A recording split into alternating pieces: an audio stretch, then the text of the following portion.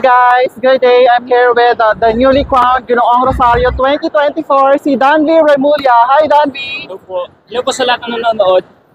Ayan, Danvi, bati mo muna yung mga nanonood na sa atin ngayon. Binabati ko po ng isang maliwalas na gabi ang lahat ng manonood dito sa pageant trend. Alright, Danvi, congratulations for Thank you winning po. the first ever Ginoong Rosario 2024. Yes po. So how do you feel right now? Nag-sink in na ba sa'yo na you are the newly crowned Ginoong Rosario 2024? Hindi pa rin po siya nagsisink in sa utak ko kasi first time ko po talagang sumali sa gantong patimpalak and grabe yung pressure and kaba na naramdaman ko pero very fulfilling. Siguro ito na yung pinaka premyo ko dahil binuhos ko ang lahat ng mga kaya ko dito. Pagod, oras, hinubog ko ang sarili ko para mapaghandaan at ngayon nga nakaronahan ako bilang Ginoong Rosario. Talagang nahubog na ako at magagawa ko na ng mga responsibilidad ko bilang isang Ginoo. Alright, so let's go back sa mga performances mo this coronation night. Alin doon yung pinaka mas nahirapan ka? Pinaka nahirapan ako actually doon sa costume ko kasi yung costume ko po is kubo so masyado siyang malaki. And ang problema is yung gulong niya sa likod ay di siya umiikot so mas nahirapan akong itulak siya. Kaya para sa akin yung pinakamahirap na part kasi di ko alam kung paano ipoproject habang yung projection ng mukha mo habang nahihirapan ka magtulak ng pinaka-backdrop ko. Mabigat ba yung costume mo? May kabigatan po siya talaga. And aside from kung saan ka nahirapan, alin naman doon yung pinaka nag-enjoy ka sa mga segment ngayong coronation night? Hindi ko po naramdam. Actually, nag-enjoy po ako sa lahat pero dahil po sa kaba ko, parang lahat ang naririnig ko lang is yung tibok ng puso kasi talagang first time ko nga and syempre parang kung iisipin mo parang hindi pa ako hinog para sa mga gantong patimpalak and very thankful ako na nandito ako ngayon. Ano sa tingin mo yung naging dahilan kung bakit ikaw yung nanalo? Sa tingin ko ito yung hard work ko for the past days, weeks. Talagang yung oras ko talaga binubuhos ko lahat dito. Alam ng mga handler ko na talagang pinaghandaan ko ito. Actually, madaling araw na talaga kami umuwi araw-araw para matapos yung costume, makapag-practice ng advocacy, makapaghanda sa Q&A. And ito, yung pagpupuwet naman is sobrang worth it talaga. Ayan, talagang deserve na para sa'yo talaga yung corona. Aside from this, ano sa tingin may nakita ka bang mga senyales na this is it, ito yung moment ko at makukuha ko yung corona? Ito.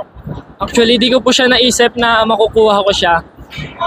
Nung pumasok po ako ng top 5, ang nasa isip ko na lang po talaga is kahit anong mangyari, masaya na ako kasi may pwesto na ako sa top 5. Hindi ko ina-expect na yung title pala is sa akin talaga mismo mapupunta. Ang nasa isip ko lang talaga is mairaos. Ang mahalaga ay nagawa ko yung lahat ng makakaya ko. At sobrang saya ko kasi ginawa ko lahat ng makakaya ko at yun pala ang magpapaano sa akin, magpapa-title bilang isang Ginoong Rosario 2024. Ano yung natutunan mo dito sa pagsali sa Ginoong Rosario? Dahil itong unang sinalihan kong patimpalak, na-realize ko na ang ganitong uri ng patimpalak ay hindi lamang isang patimpalak kung saan ang mga kandidato ay magtatagisan ng kanilang talento at husay, kundi ito ay isang daan upang tayo magkaroon ng makabuluhang karanasan at mahubog tayo sa mas mahusay na bersyon ng ating sarili. Naniniwala ako na itong pageant na to ay hindi lang nilikha para pagtagisan ng mga panlabas na kaanyuan lamang, kundi para hubugin ang totoong Ginoo sa bayan ng Rosario. Nice, ang galing-galing naman. Kaya naman pala nanalo si Danvi, it's because may puso talaga kung paano siya magsalita and sumagot sa mga question and answer portion. Anyway, good job for that, Danvi. Are you planning to join sa national pageant in the near future or just in case may opportunity na dumating sa'yo na kuhanin ka sa isang national pageant, will you accept this opportunity or not?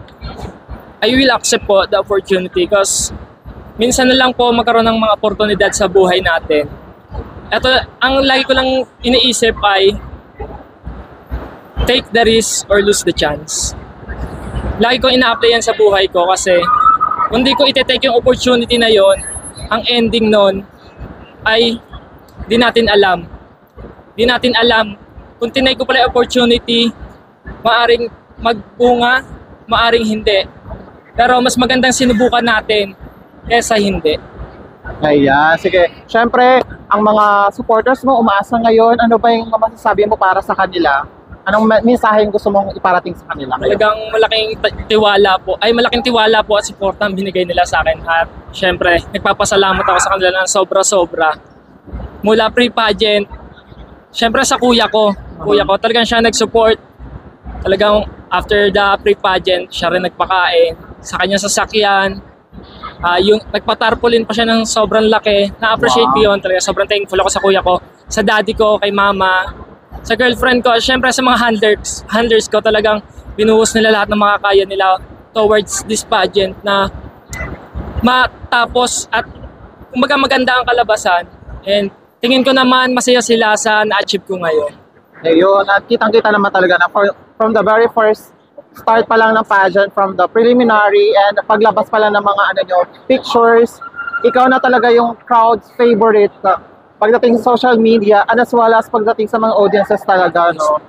Ang galing. So anyway, congratulations once again and one last na lang. Best mensahe mo para sa organization and sa mga iba mo pang supporters or the persons behind your journey.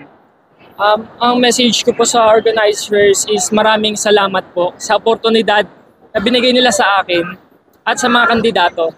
Kasi ang oportunidad na ito ay hindi lang basta isang patimpalak, bagkus ito ang huhubog sa aming pagkatao, maging mahusay na bersyon ng aming sarili, magkaroon ng adhikain para sa kasalukuyan at inaharap ng bayan ng Rosario.